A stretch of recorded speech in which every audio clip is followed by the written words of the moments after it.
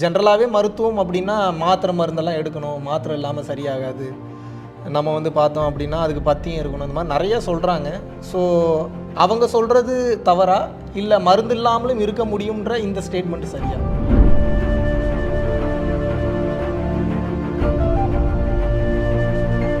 இப்போ நம்ம இந்த மெத்தேடில் நம்ம எப்பேற்பட்ட நோயும் குணப்படுத்த வாய்ப்புகள் உண்டா?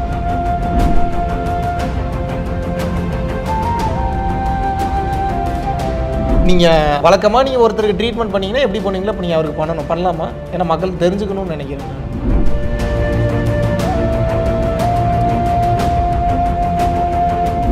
இந்த சராசரி மனித நிலையிலிருந்து எப்போ இந்த சித்தர்லாம் ஆகுறாங்களே, அது என்ன சித்தர் ஆகுறதுன்னா அது என்ன கான்செப்ட் ஆக்சுவலி?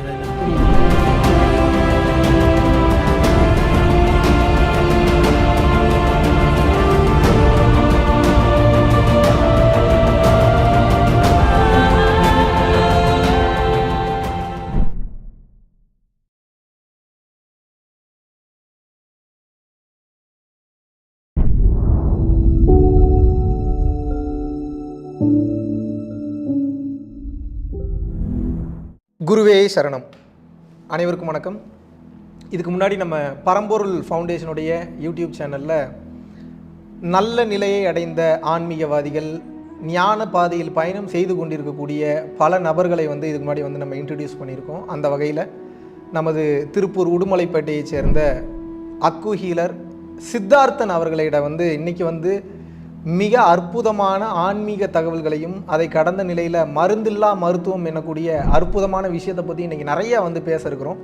சித்தார்த்தன் அவர்களை பற்றி சொல்லணும் அப்படின்னா, தற்புகழ்ச்சியை விரும்பாத ஒரு மனிதன், விளம்பரத்தை விரும்பாத ஒரு மனிதன், சண்டை போட்டு பஞ்சாயத்து பண்ணி இன்றைக்கி நீங்கள் வந்தே ஆகணும், நீங்கள் யூடியூப் சேனலுக்கு பேட்டி கொடுத்தே ஆகணும்னு சொல்லி டார்ச்சர் பண்ணி கூப்பிட்டு வந்திருக்கேன். ஏன்னா இன்று மக்கள் வந்து இந்த உண்மையை ஒவ்வொருவரும் தெரிந்து கொள்ள வேண்டும். எல்லாரும் என்ன நினச்சிக்கிறாங்கன்னா, மேஜிக்கலான விஷயம், ஹீலிங் சம்மந்தமான விஷயம், தொடாமையே குணப்படுத்த விஷயம், தொட்ட உடனே குணப்படுத்துகிற விஷயம், ஏதோ எங்கேயோ காடு மேடெல்லாம் கடந்து எங்கேயோ யாருக்கோ எப்படியோ நடந்துகிட்டு இருக்கு போல் அப்படின்னு நினச்சிட்டு இருக்காங்க. ஆனால் நம்ம தமிழ்நாட்டில் நம்ம திருப்பூரை சார்ந்த பகுதிகளில் வந்து பார்த்திங்க அப்படின்னா ஏகப்பட்ட மனிதர்கள் வந்து இவரால் வந்து மருத்துவ ரீதியாக வந்து குணமடைந்துள்ளார்கள்.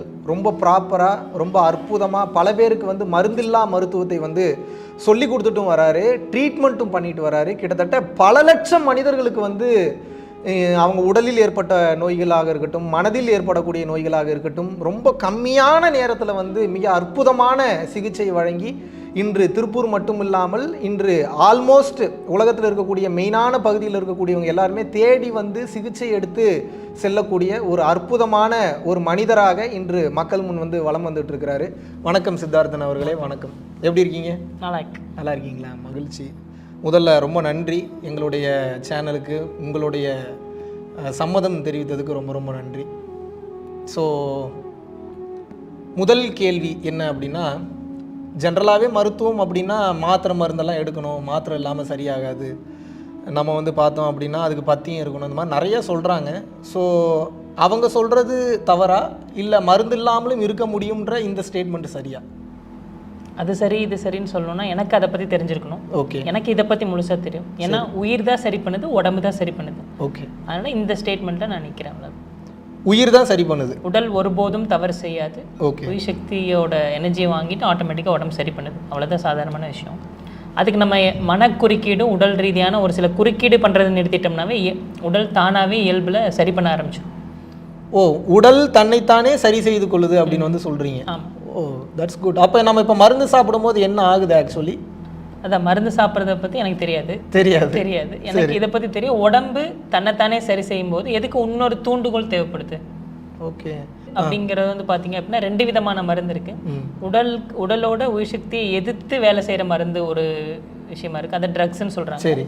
அடுத்து உடம்போட தன்மைக்கு அதுக்கு தேவைப்படுற உந்துதல் கொடுக்கக்கூடிய ஆற்றல், அதாவது மறு உந்துதல் பெற்ற ஆற்றல் தான் மருந்து அப்படின்னு சொல்கிறாங்க. சூப்பர். அதை நேரடியான ஆற்றலாக நம்ம கொடுக்குறோம். ஓகே. அவங்க மருந்து மூலமாக கொடுக்குறாங்க. ஆக மொத்தத்தில் சித்தா, ஆயுர்வேதா, யுனானி, ஹோமியோபதி, நேச்சுரோபதின்னு எந்த மருத்துவத்துக்கு வேணால் நீங்கள் போகலாம். ஓகே. அக்குபங்க்சர் உட்பட எந்த மருத்துவத்துக்கு வேணால் போகலாம். மருத்துவர் சரியான பாரம்பரிய முறையில் நோயறிதல் தெரிஞ்சிருக்காரா, சிகிச்சை தெரிஞ்சிருக்காராங்கிற மட்டும் தெரிஞ்சிருந்தால் போதுமானது. ஓகே.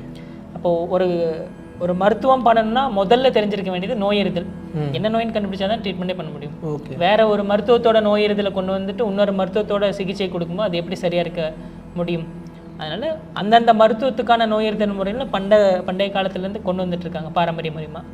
அதை பெர்ஃபெக்டாக யார் பண்ணுறாங்களோ அந்த மருத்துவர்கிட்ட நீங்கள் போய் தேடி போய் பார்க்கலாம். இப்போ எக்ஸாம்பிள் சித்த மருத்துவர்கிட்ட போனீங்கன்னா வாதம் பித்தம் ஸ்லேத்துமம் செக் பண்ணுறாங்க. ஆயுர்வேதத்தில் வாதம் பித்தம் கபம் செக் பண்ணுறாங்க. யுனானியில் வாதம் பித்தம் கபம் ரத்தம் செக் பண்ணுறாங்க. எல்லாமே நாடி பிடிச்சி செக் பண்ணுறாங்க. ஹோமியோபதியில் கேட்டறிதல் முறைன்னு சொல்லிட்டு ஒரு அரை மணி நேரம் உங்களை வச்சு செஞ்சுருவாங்க. கேட்டு கேட்டு கேட்டு கேட்டு கேட்டு இன்வெஸ்டிகேஷன் டயக்னோசிஸ். அந்த மாதிரி அக்குபங்க்சரில் வந்து பார்த்தீங்க அப்படின்னா 3 விதமான டயக்னோசிஸ் முறை இருக்குது. இன்வெஸ்டிகேஷன் டயக்னோசிஸ், பார்த்தறிதல், மூணாவது தொட்டறிதல். கேட்டறிதல், தொட்டறிதல், பார்த்தறிதல். சரி, இந்த மாதிரிலாம் இருக்குது. தொட்டறிதலில் நாடி பரிசோதனை ஒன்று இருக்குது, அழுத்தி பார்த்து பரிசோதனைன்னு ஒன்று இருக்குது. நான் வந்து நாடி பரிசோதனை பிரதானமாக பண்ணிகிட்ருக்கேன். ஒரு சில பேருக்கு கேட்டறிதல் முறையும் பார்த்தறிதல் முறையும் பண்ணிட்டுருக்கேன். ஓகே. இப்போ இதில் என்ன அப்படின்னா நிறைய நோய்கள் இருக்குது, கேன்சர் சம்மந்தமான நோய்கள் கூட இருக்குது. இப்போது நம்ம இந்த மெத்தேடில் நம்ம எப்பேற்பட்ட நோயும் குணப்படுத்த வாய்ப்புகள் உண்டா? நம்ம நோயினே பார்க்குறது இல்லை, அது எதுவாக இருந்தாலும் ஆரோக்கிய கேடு, அவ்வளோதான். அது என்ன ஸ்டேஜ், சாதாரண சளியாக இருந்தாலும் கேன்சரில் உன்னை அவ்வளோதான், இன்னும் ஒரு நிமிஷத்தில் செத்துருவாருங்கிற கண்டிஷனாக இருந்தாலும் அவர் ஆரோக்கியத்துக்கு கேடு, அவ்வளோதான். அந்த விதத்தில் நம்ம பார்க்கும்போது எப்பேற்பட்ட நோயாளியாக இருந்தாலும் ஈஸியாக குணப்படுத்த முடியும்ன்றீங்க. நம்ம குணப்படுத்துறது இல்லை, உடல் தான் குணப்படுத்துது. அந்த நம்ம பார்க்க முடியுங்கிற ஒரு நம்பிக்கை நமக்கு வர வைக்க நம்ம ஒரு ஸ்டாண்டில் நிற்க வேண்டியது இருக்கு. அதுக்கு நம்ம சரி பண்ணலை, உடல் தான் சரி பண்ணுதுங்கிற புரிதல் இருக்கணும். ரெண்டாவது, என்ன நோயாக இருந்தாலும் ஆரோக்கிய குறைபாடு அதை உடல்னாலே சரி பண்ணிக்க முடியும். ஏன்னா யார் உருவாக்குன உடம்பை, அந்தந்த உடம்பை உருவாக்க தெரிஞ்ச உயிருக்கு அதை சரி பண்ண தெரியாதான். சாதாரணமாக ஒரு ஹோண்டா ஷோரூமில் ஒரு கார் எடுத்துகிட்டு வந்து ஆக்சிடென்ட் ஆயிடுச்சுனாலும் அவங்க மேனுஃபேக்சர் பண்ணவங்களால மாற்ற முடியுது. அப்படிங்கும்போது இந்த இவ்வளோ பெரிய உடம்பை மேனுஃபேக்சர் பண்ண தெரிஞ்ச உயிருக்கு அதை சரி பண்ண தெரியாதான். இப்போ இதில் என்ன ஒரு சந்தேகம் எனக்கு வருதுன்னா, இப்போ உடல் தன்னைத்தானே நோயை சரி பண்ணிக்குதுன்னு சொல்கிறாங்க, உண்மைதான். அப்போ ஏன் நீங்கள் அந்த இடத்துல தேவைப்படுறீங்க? ஒருத்தரையும் அந்த இடத்துல தேவைப்படுறாரு. உடல் தன்னைத்தானே சரி செய்து கொள்ளுன்னு சொல்லி கொடுக்குறக்கு ஒருத்தர் தேவைப்படுறாரு. ஓகே. அது இல்லாமல் அந்த உடம்போட அந்த எனர்ஜி இம்பேலன்ஸை சரி பண்ணுறதுக்காக ஒரு சில மருத்துவ முறைகளும் வாழ்க்கை முறைகளும் நிறையா இருக்குது. அதை ஃபாலோ பண்ணாதான் தன்னைத்தானே சரி பண்ணிக்கும், இல்லைன்னா பண்ணாது.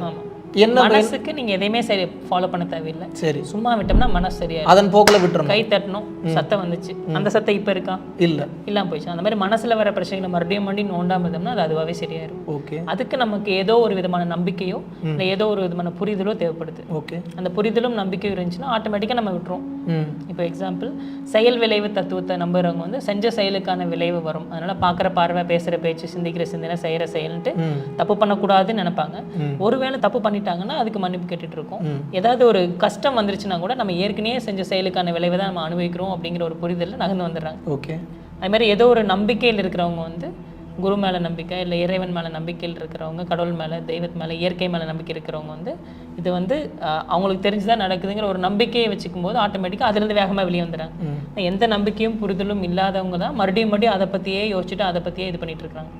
அவங்க அதை இயங்க விட மாட்டாங்க, அதன் போக்குலன்னு சொல்றீங்க. அதோட இயல்பில் விட்டுட்டோம்னா மனசு அதுவாகவே சரியாயிடும். ஆனால் உடம்பை பொறுத்தளவுக்கு ஒரு சில விஷயங்கள் நம்ம ஃபாலோ பண்ண வேண்டியதாக இருக்குது. பொருள் ரீதியான இந்த உடம்பு இருக்கிறதுனால அது என்ன ஒரு விஷயங்கள் ஃபாலோ பண்ண வேண்டியதாக இருக்குன்னா, அடிப்படையில் இயற்கை விதிகள் குறிப்பிடுறது வந்து என்ன, அது தெரிஞ்சுக்கலாமா?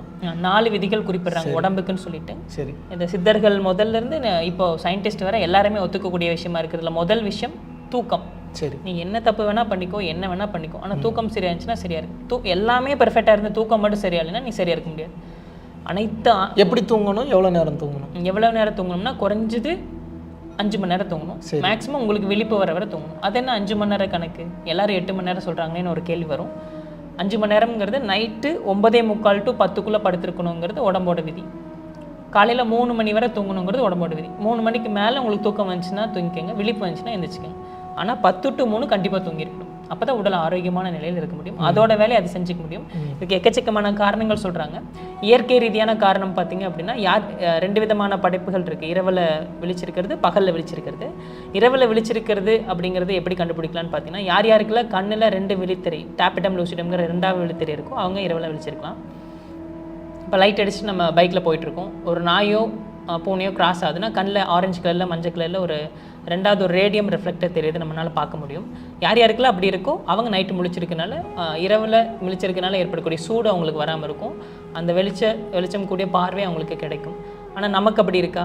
நமக்கு கண்ணில் லைட் அடித்தா நமக்கு கொசு தானே தெரியுது, நம்ம கண்ணில் ஏதோ 2வது ரிஃப்ளெக்டர் லேயர் இல்லைல்ல, அதனால் நம்ம தூங்க வேண்டியவங்க அப்படிங்கிறது இயற்கை ரீதியான அடிப்படை படைப்புங்கிறது நம்ம புரிஞ்சுக்க முடியும். 2வது காரணம் என்னென்னு பார்த்தீங்க அப்படின்னா, சயின்டிஸ்ட் இப்போ ரீசெண்டாக கண்டுபிடிச்சது பார்த்திங்கன்னா, அது இல்லாமல் உயிரியலுக்கான நோபல் பரிசு கூட கொடுத்துருக்காங்க. சீக்கிரமாக தூங்கணும் அப்படின்னு கண்டுபிடிச்சதுக்காக நோபல் பரிசு கொடுத்துருக்காங்க. நமக்கு தெரியாதா என்ன? அடுத்து பார்த்தீங்க அப்படின்னா, இப்போது நைட்டு 11 மணிக்கு ஆழ்ந்த தூக்கத்தில் இருந்தால் மட்டும்தான் மெலட்டோனின் ஹார்மோன்ஸ் இருக்கும்னு சொல்கிறாங்க. ஆழ்ந்த தூக்கத்துக்கு போகணும் அப்படின்னா குறைஞ்சது 3லேருந்து 5 குட்டி தூக்கம் தேவைப்படுது. ஒரு குட்டி தூக்கம் 5 நிமிஷத்துலேருந்து 1/4 மணி நேரம் வரை இருக்குது. இப்போ மினிமமாக வச்சோம்னா கூட ஒரு கிட்டத்தட்ட ஒரு 10:30க்கும், மேக்ஸிமமாக வச்சோம்னாலும் கூட 9:45க்கு நீங்கள் நம்ம படுத்து தூங்கியிருந்தோம் அப்படின்னா தான் நம்ம 11 மணிக்கு ஆழ்ந்த தூக்கத்துக்கு போகும். ஆனால் படுத்தோன்னே எத்தனை பேருக்கு தூக்கம் வருது யோசிச்சு பாருங்கள். அப்போது குறைஞ்சது 9 to 3 நல்ல 9 மணிக்கு படுத்தாதான் 10 மணிக்குள்ளேயே அது தூங்குவோம். 10 மணிக்குள்ளேயே தூங்கு நம்ம குட்டி தூக்கத்துக்குள்ளே போனால் தான் 11 மணிக்கு ஆழ்ந்த தூக்கத்துக்குள்ளே போக முடியுங்கிற அடிப்படை காரணத்தினால முடிஞ்ச அளவுக்கு சீக்கிரம் எவ்வளோ தூரம் முடியுதோ அவ்வளோ தூரம் சீக்கிரமாக தூங்குங்க. டெய்லி தூங்கும் இல்லையா, வாரத்தில் ஒரு நாளாக தூங்க பழகுங்க. அப்படி வாரத்தில் ஒரு நாள் தூங்கி பழகிட்டிங்கனாவே அதோட சுகத்தை நீங்கள் அனுபவிச்சிட்டிங்க. அதோட ஒட்டுமொத்தமான நிறைவையும் முடிவெடுக்கிற திறன் எல்லாத்தையுமே மாற்றும் நம்மளோட ஒரு நாள் தூக்கம். அதனால் தயவு செஞ்சு 9 மணிலேருந்து 10 மணிக்குள்ளே தூங்குங்க. இந்த காலத்தில் இருக்கக்கூடிய 30 வயசுக்கு மேலே இருக்கிறவங்க எல்லாருமே அவங்களோட சின்ன வயசில் வந்து பார்த்திங்கன்னா சரி 8 மணிக்குள்ளே 9 மணிக்குள்ளே தூங்குற பழக்கம் இருந்துச்சுன்னு நம்ம எல்லாத்துக்குமே தெரியும். அவங்க எல்லாமே திருப்திகரமாக நிறைவாக இருக்காங்க. ஒரு காஃபி குடித்தா கூட அதில் நிறைவாக இருக்காங்க.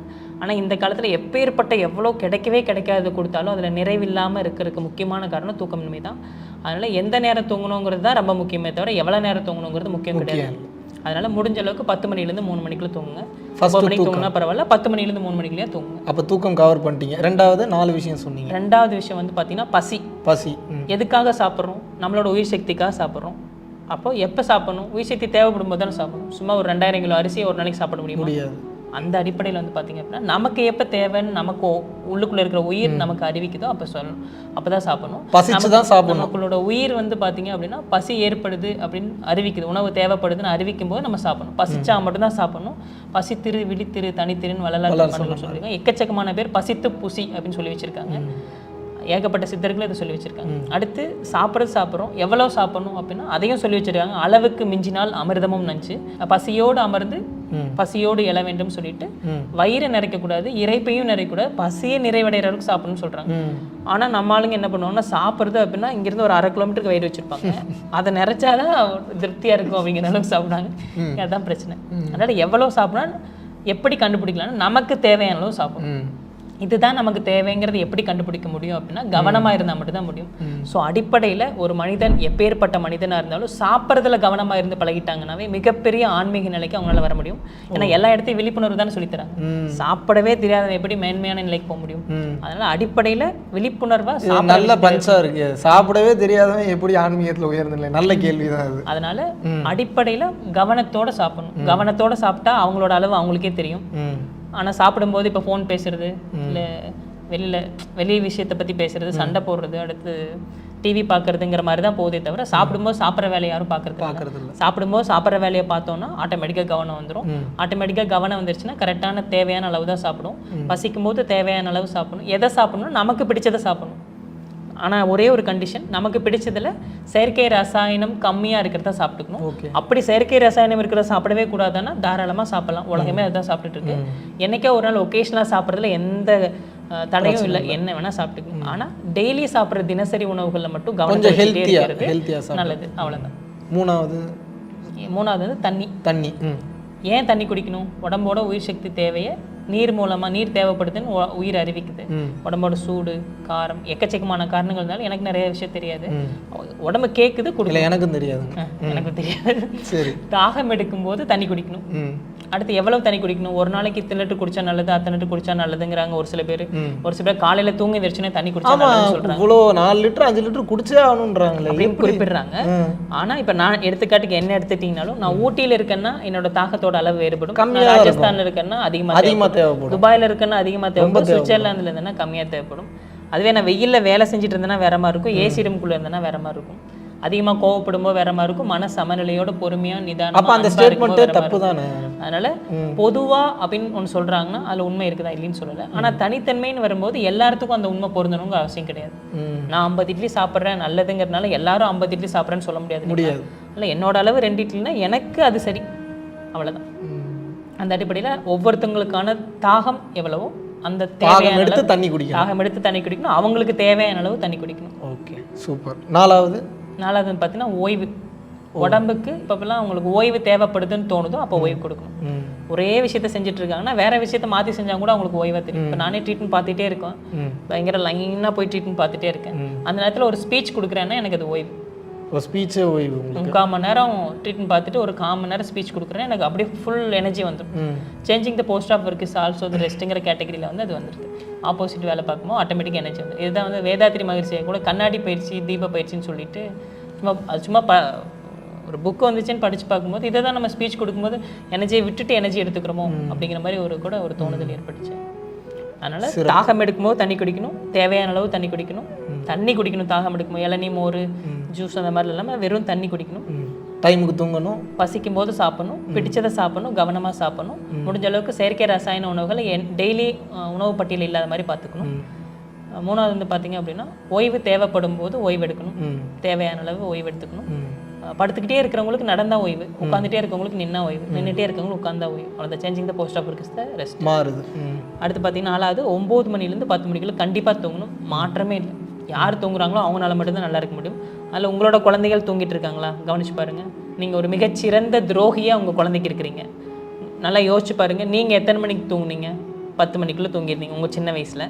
ஒரு 30 வருஷம் வரை பேஸ்மெண்ட்டை பெர்ஃபெக்டாக வச்சுருக்கீங்க. அப்படியே பேஸ்மெண்ட்டாக பெர்ஃபெக்டாக வச்சுருக்க உங்களுக்கே இவ்வளோ தொந்தரவுன்னா மிகப்பெரிய துரோகம் செஞ்சுட்ருக்கீங்க உங்களோட குழந்தைகளுக்கு.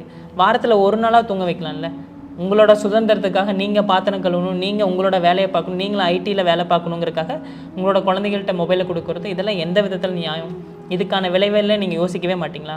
ஒருத்தவங்க பாதிக்கிறாங்க, மற்றவங்க பாதிக்கும் போதே நமக்கு பாதிப்பு ஏற்படுது. நம்மளோட குழந்தை பாதிக்கும் போது எவ்வளோ நம்ம கவனமாக இருக்க வேண்டியது இருக்குது அவங்களோட ஆரோக்கியத்தில். அதனால் நம்மளோட குழந்தைகள் மேலே இருக்கக்கூடிய ஆரோக்கியத்தில் நம்ம விழிப்புணர்வாக இருக்குன்னா ஒரே ஒரு விஷயத்தை மட்டும் செஞ்சால் போதுமானது, தூங்க வைங்க. 9 மணிலேருந்து 10 மணிக்குள்ளே கண்டிப்பாக தூங்க வைங்க. நன்றி. தூக்கத்துக்கு அப்போ அவ்வளோ இம்பார்ட்டன்ஸ் இருக்குது. ஓய்வு மிகச்சிறப்பு. இப்போ எனக்கு அடுத்த கேள்வி என்னது, உங்களுடைய பேச்சிலேயே அந்த சிங்கத்தினுடைய சீற்றத்தை பார்க்க முடிச்சு. அவ்வளோ கோவம் உங்களுக்கு, சரியாக தூங்க வைக்க மாட்டாங்கன்றது. That's good. இதில் என்ன அப்படின்னா, இந்த ட்ரீட்மெண்ட் நீங்கள் பார்க்கக்கூடிய முறையை நானுமே உங்கள் கிளினிக்லேருந்து பார்த்துருக்கேன். முதல்ல அதுக்கு முன்னாடி உங்கள் கிளினிக் எங்கெல்லாம் இருக்குதுன்னு நான் தெரிஞ்சுக்கலாமா? இப்போது எங்கேன்னு தெரிஞ்சுக்க வேணாமே, ஏன்னா இது விளம்பரப்படுத்துகிற மாதிரி இருக்குது. இல்லை, அப்புறம் எப்படி இங்கே இருக்கிறவங்க வருவாங்க வந்து அப்புறம் எப்படி ட்ரீட்மெண்ட்டுக்கு வரும்? எங்கெங்கே கிளினிக் இருக்குதுன்னு சொல்லுங்கள். நீங்கள் சொன்னீங்கன்னா தானே தெரியும் மக்களுக்கு. அந்த ஊரில் இருக்கிறவங்க பார்ப்பாங்க, வருவாங்க, பலன் அடையட்டும். கிளினிக் வந்து உடுமல்பேட்டு, பழனி, தாராபுரம், பல்லடம், பொள்ளாச்சி, கோயம்புத்தூர் 6 இடத்துல கிளினிக். இப்போ 6 இடத்துல பண்ணிகிட்டு இருக்கீங்க. எந்த டைம்லேருந்து எந்த டைம் வரைக்கும் இப்போ ட்ரீட்மெண்ட் பார்த்துட்ருக்கீங்க?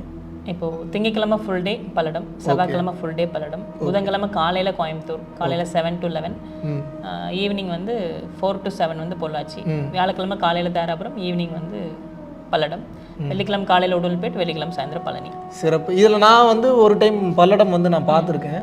நீங்கள் எப்படி ட்ரீட்மெண்ட் பண்ணுறீங்கன்னு என் லைஃப்லேயே இப்படி ட்ரீட்மெண்ட் பண்ணி நான் ஒரு ஆளை நான் பார்த்ததே. எப்படி அவ்வளோ வேகமாக உங்களால் எப்படி ட்ரீட்மெண்ட், இது மக்களுக்கு புரியாதுன்னு நினைக்கிறேன். இப்போ ஒரு எக்ஸாம்பிளுக்கு, இப்போது நம்ம கேமரா எடுத்துகிட்டு இருக்கக்கூடிய ஒரு கேமரா பர்சன் கூப்பிட்றேன்.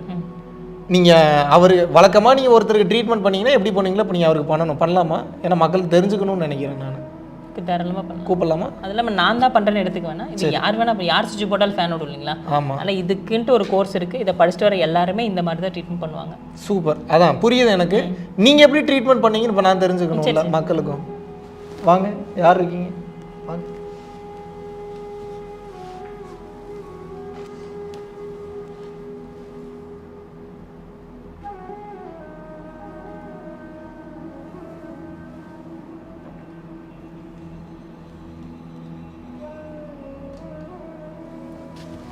பஞ்சபூத நாடி பரிசோதனைன்னு சொல்லுவாங்க.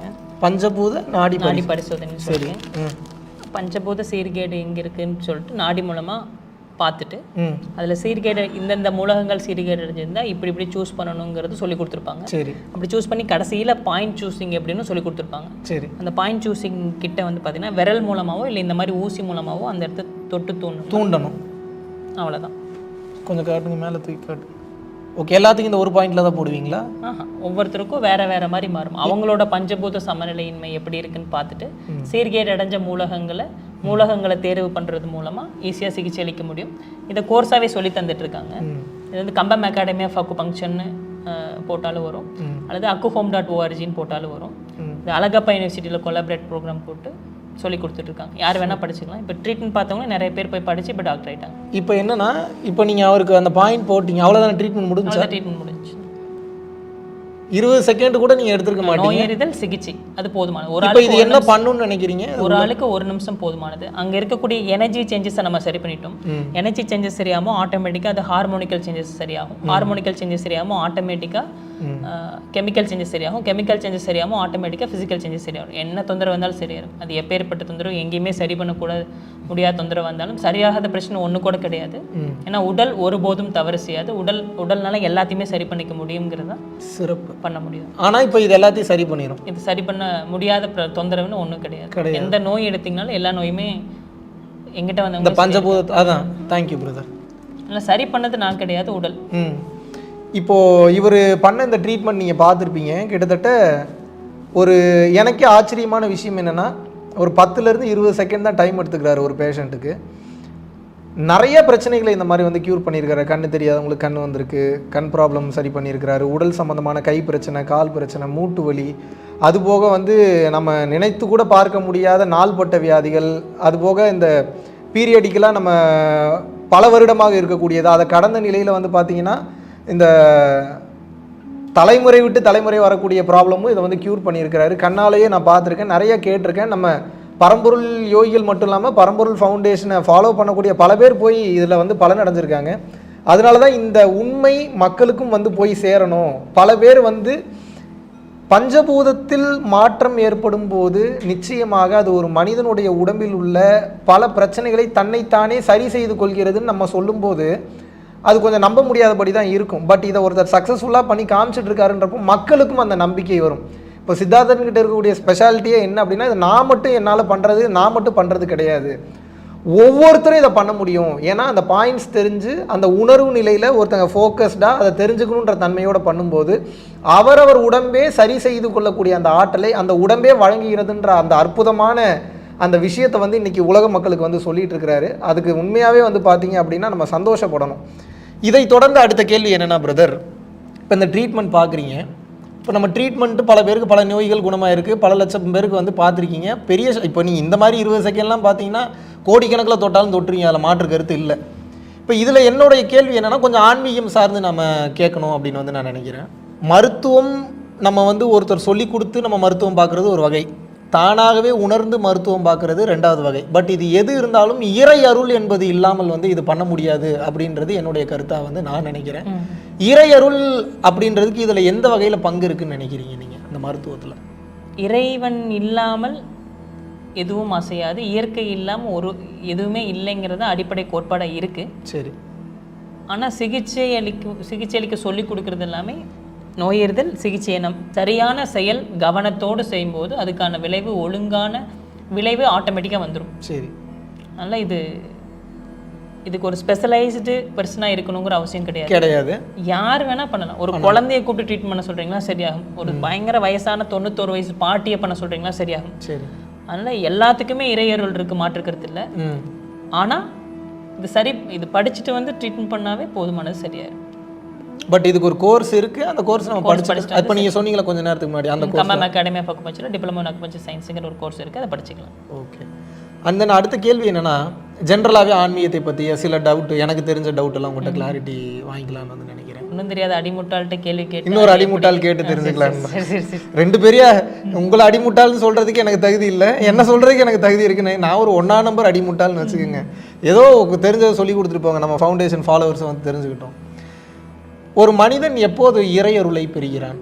நம்மளுடைய உடல் பிறந்து நம்ம மனிதன் வாழ்க்கையை வாழ்றது இறையருள் தான், அதில் மாற்று கருத்து இல்லை. பரிபூர்ண இறையருளை எப்போது ஒரு மனிதன் பெறுகிறான்? ஒருத்தர் பிறக்கும் போதே மிக பிரம்மாண்டமான இறையருளோட தான் பிறந்திருக்காங்க. சரி. அதை நம்ம கோட்டை விட்டுரும். சரி. அந்த கோட்டை விட்டதுல இருந்து மறுபடியும் நகர்ந்து மறுபடியும் எப்போ அந்த பிறக்கும்போது இருந்த தன்மைக்கு நம்ம குழந்தை தன்மைக்கு போயிட்டு நம்மளோட செயல்களையும் வார்த்தைகளையும் பேச்சையும் எண்ணத்தையும் சிந்தனையும் பார்வையும் கூட கவனத்தில் இருக்குமோ அப்போ இறையருள் நிச்சயமாக. கவனம்னா என்ன பிரதர்? நமக்கு எது பிடிக்குதோ அங்கே கவனம் வந்துடும்.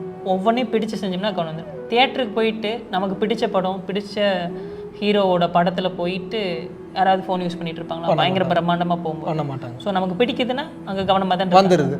கவனம் மாதிரி எல்லாத்தையுமே சுகமாக பிடிச்ச மாதிரி கருணையோட, அன்போட, நன்றி உணர்வோட நமக்கு எல்லாம் வழங்கப்பட்டதுங்கிற நன்றி உணர்வோடு இருக்கும்போது நமக்கு எல்லாமே பிடிச்சு போயிடும். நமக்கு எல்லாமே பிடிச்சு போயிடுச்சுங்கும்போது ஆட்டோமேட்டிக்காக அங்கே கவனம் வந்துடும். கவனம் வந்துருச்சுன்னா அங்கே ஒரு ஒழுங்கு வந்துடுது. ஒழுங்கு வந்துடுதுன்னா அதுக்கான விளைவும் சரியானதாக தானே இருக்க முடியும். சூப்பர். இப்போது ஒரு மனிதனுக்கு கவனம் வரும்போது இறையொருளை பெறுறான், அதில் மாற்று கருத்து இல்லை. எல்லா உயிர்களையும் நேசித்து நடக்க ஆரம்பிக்கிறான். இந்த சராசரி மனித நிலையிலிருந்து எப்போ இந்த சித்தர்லாம் ஆகுறாங்களே, அது என்ன சித்தர் ஆகுறதுன்னா அது என்ன கான்செப்ட் ஆக்சுவலி? அது எனக்கு புரியலையே. உங்களுடைய பார்வையில் அதை எப்படி பார்க்குறீங்க? சித்தர்கள் எப்படி ஆனாங்க? சித்தர்கள்னா யார் முதல்ல? உனக்கு தேவையான அனைத்து வலிமைகளும் உனக்கு தேவையான அனைத்து சக்திகளும் உனக்குள்ளேயே உள்ளன. வெளியே பார்த்துட்டு இருக்கவங்களுக்கு வெளியில் இருக்கிறது கிடைக்குது. சரி. உள்ளுக்குள்ளே போகிறவங்களுக்கு உள்ளுக்குள்ளே கிடைக்குது. சரி. நீங்கள் விஞ்ஞானி ஆகணுமா இல்லை மெஞ்ஞானி ஆகணுமா இல்லை சாதாரணமான மனிதராகணுமா இல்லை சித்தராகணுமா அப்படிங்கிற விருப்பத்திலேருந்து தான் எல்லாமே பிறக்குது. சரி. ஸோ நம்ம விருப்பப்படணும். அது எல்லாமே குருவருள் இறையருள்னு எக்கச்சக்கமான விஷயங்கள் இருக்குது. சரியான வழி நடத்தி கொண்டு போகிறவர் இந்த மாதிரி அடுத்து இறைவனோட அந்த நம்ம ஒரு இறைவனோட அடிமையாகவும் இயற்கையோட அந்த இயற்கை சக்தியோட அடிமையாகவும் இருக்கிறவரை நமக்கான விஷயங்கள்லாம் நடக்க போறதுக்குன்னு நமக்கு ஆட்டோமேட்டிக்காக தெரிய வந்துடும். அனைவருமே சித்தர். அப்படி தெரியுமா நமக்கு?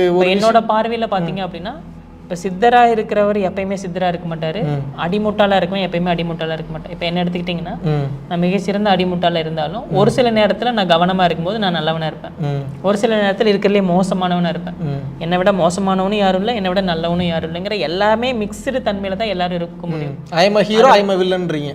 அதில் யாருக்கு ஹீரோ தன்மை அதிகமாக இருக்கோ அவங்க சித்தர், யாருக்கு வில்லன் தன்மை அதிகமாக இருக்கோ அவங்க அவ்வளோதான். எல்லாத்துக்குள்ளேயும் எல்லாமே இருக்கு. ஆனா யார் எதை விருப்பப்பட்டு அவங்களோட பயணம் எப்படி போகுது, அவங்களோட அனுபவம், அவங்களோட தன்மை அதெல்லாம் வச்சு சித்தராக முடியுங்கிறது என்னோட. சூப்பர், சரியான ஒரு விளக்கம் கொடுத்தீங்க, அற்புதம். இதுல அடுத்த ஒரு டவுட் என்ன அப்படின்னா, இப்போ நிறைய பேர் நிறைய பயிற்சிகள்லாம் கொடுத்துட்டு வராங்க.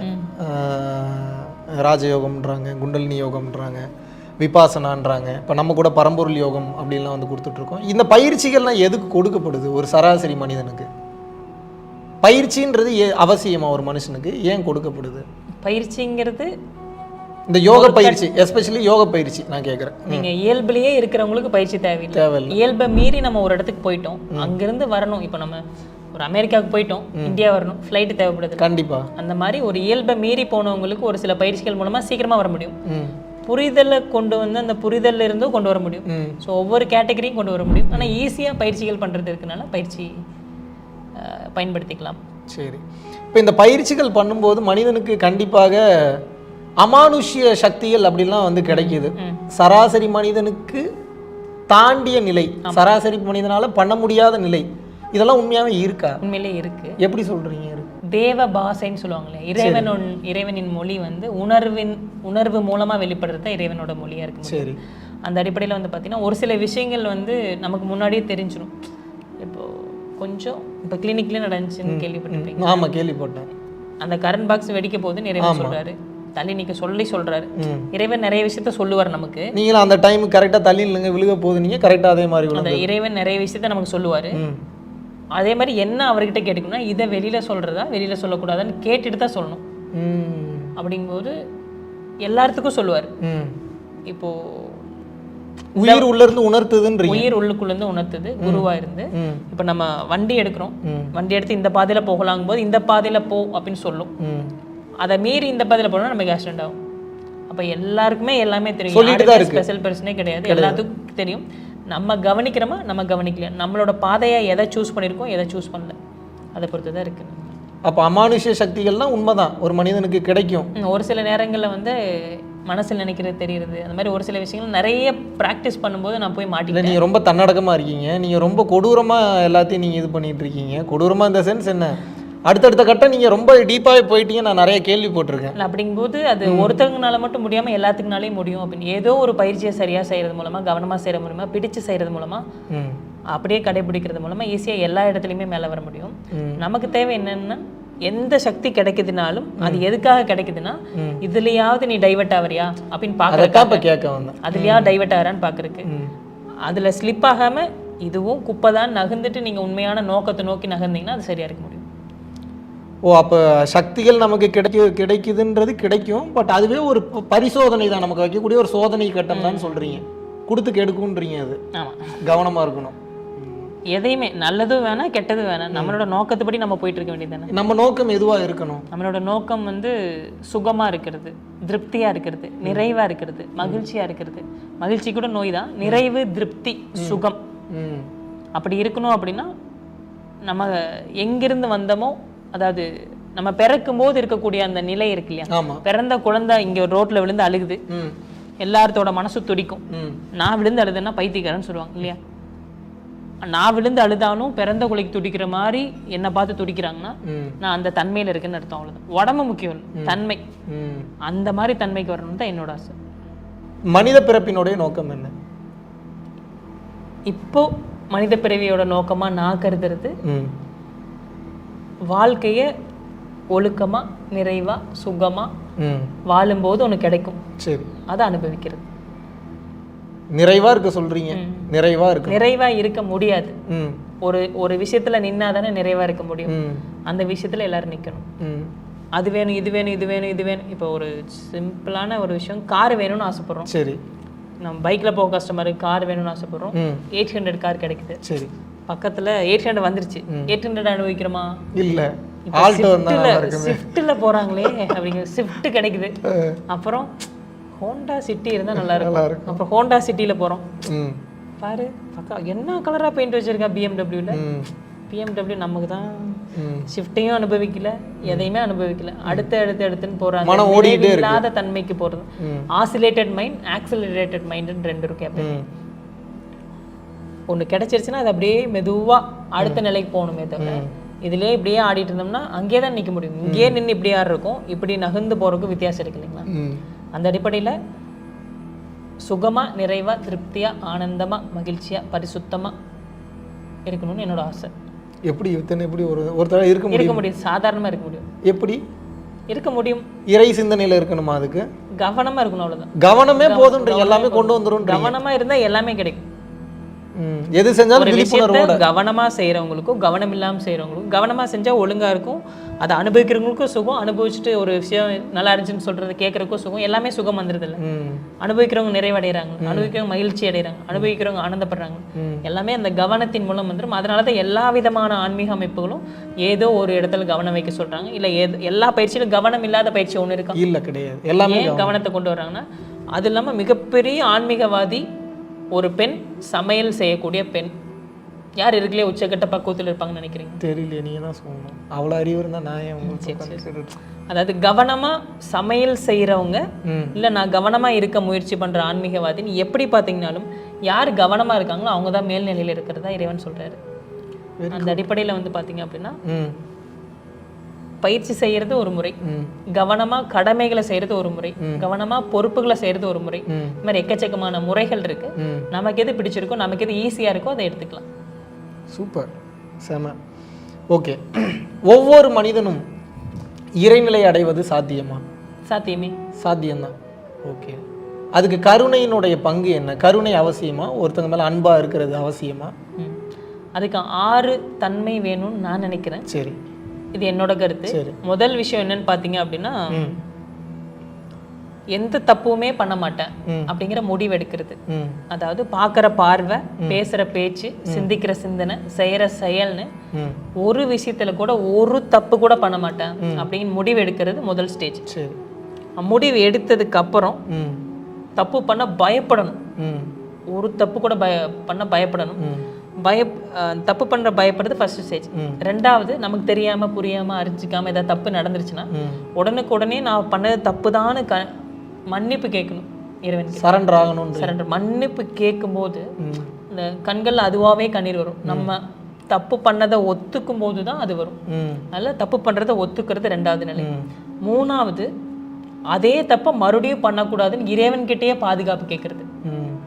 நம்ம இப்படி சூழ்நிலைகளை மாற்றக்கூடிய அளவுக்கு யாருக்குமே சக்தி வாய்ந்த மனிதர்களா இல்லை. ஆனால் இறை சக்தியும் இயற்கை சக்தியும் நினைச்ச சூழ்நிலைகளை மாற்ற முடியும் தானே. கம்பேர் பண்ணி பாருங்க, அங்க இருக்கிற இறை சக்திக்கும் உத்திரோண்டு ஒரு டாட்டு கூட இல்லாத எவ்வளோ பெரிய பிரபஞ்சம், எப்பேற்பட்ட விஷயமா இருக்கு. அதுக்கு பற்றி நம்ம ஒரு தூசுங்கிற வார்த்தைக்கு கூட வர முடியாதுங்க. அப்பேற்பட்டவங்க நினைச்சா நம்ம சூழ்நிலையில மாற்ற முடியுங்கிற அடிப்படையில் மன்னிப்பு கேட்குறோம். மன்னிப்பு கேட்டதுக்கப்புறம் அதே தப்பை திரும்பி பண்ணக்கூடாதுங்கிற பாதுகாப்பு கேட்குறோம். ஸோ அப்படின்னா மன்னிப்பு கேட்டுட்டோம்னா நம்ம செஞ்ச செயலுக்கான விளைவு வராதா? வரும். கை தட்டினா சத்தம் வரதான் செய்யும். செஞ்ச செயலுக்கான விளைவு கண்டிப்பாக வரும். ஆனால் எளிமைப்படுத்தப்படும், இலகுவாக்கப்படும். வலிக்காது. மெயின் ரோட்ல விழுக வேண்டிய நம்ம, லாரிக்கு ஒட்டி விழுக வேண்டிய நம்ம, சைடு ரோட்ல வண்டியே இல்லாத இடத்துல விழுவோம். விழுக வேண்டிய விழுந்தா செஞ்ச தப்புக்கு விளைவு உண்டு.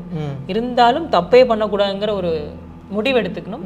பயப்படணும் தப்பு பண்ண. ரெண்டாவது தப்பு பண்ணதுக்கு மன்னிப்பு கேட்கணும். மூணாவது இனிமேல் இதே தப்பு பண்ணக்கூடாதுன்னு பாதுகாப்பு கேட்டுக்கணும். நாலாவது நல்லதை மட்டும்தான் பண்ணுவேன் அப்படின்னு விழிப்புணர்வாக இருக்கும். பார்க்குற பார்வை, பேசுகிற பேச்சு, சிந்திக்கிற சிந்தனை, செய்கிற செயல்ட்டு நல்லதை மட்டும்தான் பண்ணுவேன்னு விழிப்புணர்வாக இருக்கணும். அஞ்சாவது வந்து பார்த்தீங்க அப்படின்னா ஒருவேளை இந்த விழிப்புணர்வாக இருக்கும். காலையிலேருந்து நைட்டு வரை எல்லாத்தினாலையும் விழிப்புணர்வாக இருந்துட முடியுமான்னா இருந்துட முடியாது. ஆனால் முடியும். எப்போன்னா தினசரி காலையிலேருந்து நைட்டு வரை என்னென்ன தப்பெல்லாம் பண்ணோம், என்னென்ன நல்லது பண்ணியிருக்கோம், எதுக்கெல்லாம் டைமை நம்ம ஸ்பெண்ட் பண்ணியிருக்கோம்னு கவனிச்சுட்டு இருந்தோம்னா, கவனித்து சுய பரிசோதனை செய்யும்போது இந்த தப்பு பண்ணியிருக்கோம் இனிமேல் பண்ணக்கூடாது, இந்த தப்பு பண்ணியிருக்கோம் பண்ணக்கூடாதுன்னு கொஞ்சம் கொஞ்சமாக குறைச்சிக்கிட்டே வரும்போது ஒரு எண்டில் நம்ம எல்லாருமே பயணிச்சுக்கிட்டு தான் இருக்கோம். யாருமே ஒழுக்கம் பெர்ஃபெக்டான இடத்துக்கு போய் நிற்கல. அந்த பயணத்தில் போய் நம்ம ஒரு எக்ஸ்ட்ரீம் எண்டில் போய் நல்லவங்களாம் போய் மாற முடியும்ன்றீங்க. அதனால மொதல் விஷயம் தப்பு பண்ண பயப்படுறது. ரெண்டாவது விஷயம் மன்னிப்பு கேட்கறது. மூணாவது விஷயம் பாதுகாப்பு கேட்கறது. நாலாவது விஷயம் நல்லது மட்டும்தான் பண்ணுவேன்னு முடிவெடுத்து சுய விழிப்புணர்வோடு இருக்கிறது. அஞ்சாவது சுய பரிசோதனை பண்ணிக்கிறது, காலையிலேருந்து நைட்டு வரை நல்லா பண்ணணுன்ட்டு. ஆறாவது நம்ம மட்டும் நல்லா இருக்காம சுற்றி இருக்கிற ஒவ்வொரு உயிரும், அசைகிற அசையாத, உயிர் இருக்கிற உயிர் இல்லாத, உணர்வு இருக்கிற உணர்வு இல்லாத அனைத்தும் இறைவனின் படைப்புன்னு எல்லாரும் நல்லா இருக்கணும்னு நினைக்கணும், சிந்திக்கணும், பிரார்த்தனை பண்ணணும். ஜீவகாருண்யம் அப்படின்னா ஜீவன்கள் மீது கருணை. அதுல கருணை வந்தது. அந்த ஒரு அப்படி ஒரு ஒரு கொசு கஷ்டப்பட்டவங்க கூட கஷ்டப்படுற மாதிரி இது எல்லாமே எல்லா நேரம் இருக்கணும் அவசியம் இல்லை. எல்லா நேரம் இருக்க முயற்சி பண்ணி பயணம் பண்ணோம்னாவே போதுமானது, நம்ம சூப்பரான நிலையை அடைஞ்சிக்கலாம். அடுத்ததா வந்து பாத்தீங்க அப்படின்னா நன்றி உணர்வு வெளிப்படுத்துறது. நமக்கு கிடைச்சது எல்லாமே நமக்கு வழங்கப்பட்டதுன்னு நினைக்கும் போது அதுவாவே நன்றி உணர்வு வந்துடும். சாப்பாடே இல்லாம ஐயோ கடவுளேங்கிறவங்களுக்கு ஒரு இட்லி, ஒரு 4 இட்லி வாங்கி பாருங்க, கொடுத்து பாருங்க. அன்னதானம் பண்றவங்க நிறைய பேர் பாத்தீங்கன்னா ஒரு நிறைவடைவாங்க. அந்த அவருக்கு அவ்வளோ ஒரு சுகம் கிடைக்கும்ல. அப்ப அவர் எவ்வளவு நம்ம மேல நன்றி உணர்வா இருப்பார். பிச்சைக்காரன் நான் ஒரு பிச்சைக்காரனா இருந்துட்டு 4 இட்லி போடுற எனக்கே அவர் அவ்வளவு நன்றி உணர்வா கடவுள் மாதிரி நினைக்கிறாரு. நமக்கு அவ்வளவும் வழங்கப்பட்டதுன்னு புரிதல் ஏற்படும் போது எப்பேற்பட்ட நன்றி உணர்வும் நம்ம இருக்கணும். ஆனா இருக்கீங்களா? இருக்கோமா? இல்லை. அதை வளர்த்திக்கணும்ட்டு நம்ம முயற்சி பண்ணிக்கணும். இதெல்லாமே வந்து நம்ம ஒரு பயணத்துல போயிட்டு இருக்கோம். இதெல்லாமே கொஞ்சம் கொஞ்சமா சரி பண்ணிட்டு வந்து எல்லாமே கவனத்தோடு இருக்கும்போது ஒரு நல்ல நிலையை அடைய முடியுங்கிறது என்னோட நம்பிக்கை, என்னோட விருப்பம், என்னோட பயணம். மிகச்சிறப்பு. இதுக்குன்ட்டு நான் இதெல்லாம் பேசுறதுனால எல்லாமே நான் பெர்ஃபெக்டா இருப்பேன்னு எடுத்துக்கூடாது. நானும் பயணிச்சுக்கிட்டு இருக்கேன். ஓகே. இப்போ ஒரு மனிதன் வந்து படிப்பு கல்வி அப்படின்னு சொல்லிட்டு ஒன்று இருக்கு, படிப்பு சாராத அனுபவ கல்வின்னு ஒன்று இருக்குது, படிப்பும் அனுபவமும் சாராமல் இறைவனே எடுக்கக்கூடிய கல்வின்னு சொல்லிட்டு ஒன்று இருக்குது. அதெல்லாம் பாசிபிளாக நம்ம எந்த அனுபவமே இல்லாமல் நம்ம ஆன்மாவே நமக்கு சொல்லிக் கொடுக்குன்றாங்க. அதெல்லாம் உண்மை தானே? சொல்லிக் கொடுக்கும். உண்மைதான். ஒரு உணர்வு மூலமாக நம்ம கவனிக்க தயாராக இருந்தால் நான் சொல்லிக் கொடுக்குறேன் உனக்கு, நீ கவனிக்க தயாராக இருந்தால் நான் உனக்கு சொல்லிக் கொடுக்குறேன் இறைவன் சொல்கிறார். அதனால் உள்முகமாக எல்லாரும் திரும்புங்க. ஒன்று பண்ணுறதுக்கு முன்னாடி இறைவன் கிட்ட கேட்டு பண்ணி பாருங்க, அவர் சொல்லுவார். உள்முகமாக திரும்புறதுன்னா என்ன? வெளியில் ஒன்று நடந்துட்டுருக்கு. இப்போ எக்ஸாம்பிள் ஒரு ஸ்வீட் வச்சுருக்காங்க. சரி. மனசுக்கிட்டேயோ மனசாட்சின்னு ஒன்று எல்லாத்துக்கும் தெரிஞ்சதுனால அதை எடுத்துக்கும். இல்லை உயிர்னு ஒன்று உள்ளுக்குள்ளே இருக்குன்னு வச்சுக்கோம். சரி. அதுக்கிட்ட கேட்டுட்டு இந்த ஸ்வீட்டை நான் சாப்பிட்லாமான்னு கேட்டிங்கன்னா, இல்லை அது எக்ஸ்பயர் ஆன ஸ்வீட்டு, அதை சாப்பிடாதுன்னு உயிர் சொல்லும், வேணா அப்படின்னு சொல்லும். முயற்சி பண்ணி பாருங்கள், கேட்கும். குரலாக கேட்கும், இல்லை உணர்வாக கேட்கும். அது ஒரு விதமான கொஞ்சம் டைம் எடுக்கும். ஆனால் சொல்லுன்னு சொல்கிறீங்க, கவனிக்கும். நீங்கள் கவனிக்க ஆரம்பிச்சிங்கனாவே கேட்க ஆரம்பிச்சிடும். இப்பயுமே பேசிட்டு தான் இருக்கோம், நம்ம கவனிக்கிறது இல்லை. ஒரு உப்பு போட போகிறாங்க ஒருத்தவங்க, உப்பு போட்டுட்டு வெளியில் போயிட்டு வர்றாங்க. உப்பு போடாத ஏற்கனவே போட்டுட்டேன்னு சொல்லிட்டு உள்ள சொல்லுது. ஆனாலும் அவங்க பக்கத்தில் பாட்டு கேட்டுட்டு இருக்கனால தெரியாமல் மறுபடியும் உப்பு போட்டுட்டு அப்புறம் சாப்பிடும்போது ஐயோ 2வது டைம் உப்பு போட்டேன்னு சாப்பிட்டதுக்கப்புறம் தோணுது. ஆனால் சமைக்கும் போது தோணும், ஆனால் அவங்க கவனிக்கல. ஸோ நம்ம கவனமாக இருந்தோம்னா உணர்வு மூலமாக இறைவன் பேசுவார். இறைவன்றது யார்? ஆன்மாவா இல்லை என்னது? இறைவன்றது யார்? அது எனக்கான இறைவனாக நான் ஒன்று வச்சுருப்பேன், உங்களுக்கான இறைவனாக ஒவ்வொருத்தரும் ஒவ்வொன்று வச்சுருப்பாங்க. எனக்கான இறைவன் எனக்குள்ளேயே இருக்கட்டும். ஓகே. மிகப்பெரிய எல்லாத்தையும் உருவாக்குனா அந்த ஒருத்தரை நான் இறைவன் நினச்சிட்டு இருக்கேன். அவர் உங்களுக்குள்ளே இருக்காரா? எல்லா பக்கம் இருக்கார். ஒருத்தராக இருந்து எல்லாத்தையும் பண்ணியிருக்காரு. அவர் எல்லையில்லா ஆற்றலுடையவர், எல்லையில்லா கருணையுடையவர். அந்த கருணையை வந்து சொல்லவே முடியாத அளவுக்கு இருக்கும். அவ்வளோ தன்மையா அது சொல்லவே முடியாதுன்னு வைங்களேன். அந்த ஆற்றலும் அந்த தன்மையும் அந்த சக்தியும், எந்த ஒன்றும் முடிவும் இல்லாதவன், ஆரம்பமும் இல்லாதவன், அதை சொல்லவே முடியாதுன்னு வைங்களேன். அவ்வளோ ஒரு சுகமாக இருக்கும்.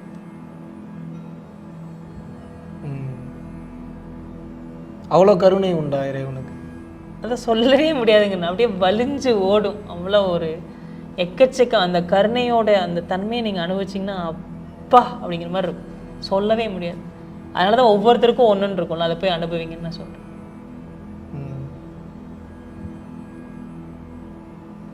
அது ஒரு உணர்வுங்கிறது சொல்ல முடியாத ஒன்றா தானே இருக்க முடியும். உச்சகட்டமான ஒன்றா இருக்கும். இதுவரை அந்த அதை நம்ம அதை போய் ரீச் பண்ணும்போது அந்த ஒரு உணர்வு சும்மா எண்ணத்தில் சிந்திக்கும் போதும் கூட நம்ம உடம்பு தாங்காது.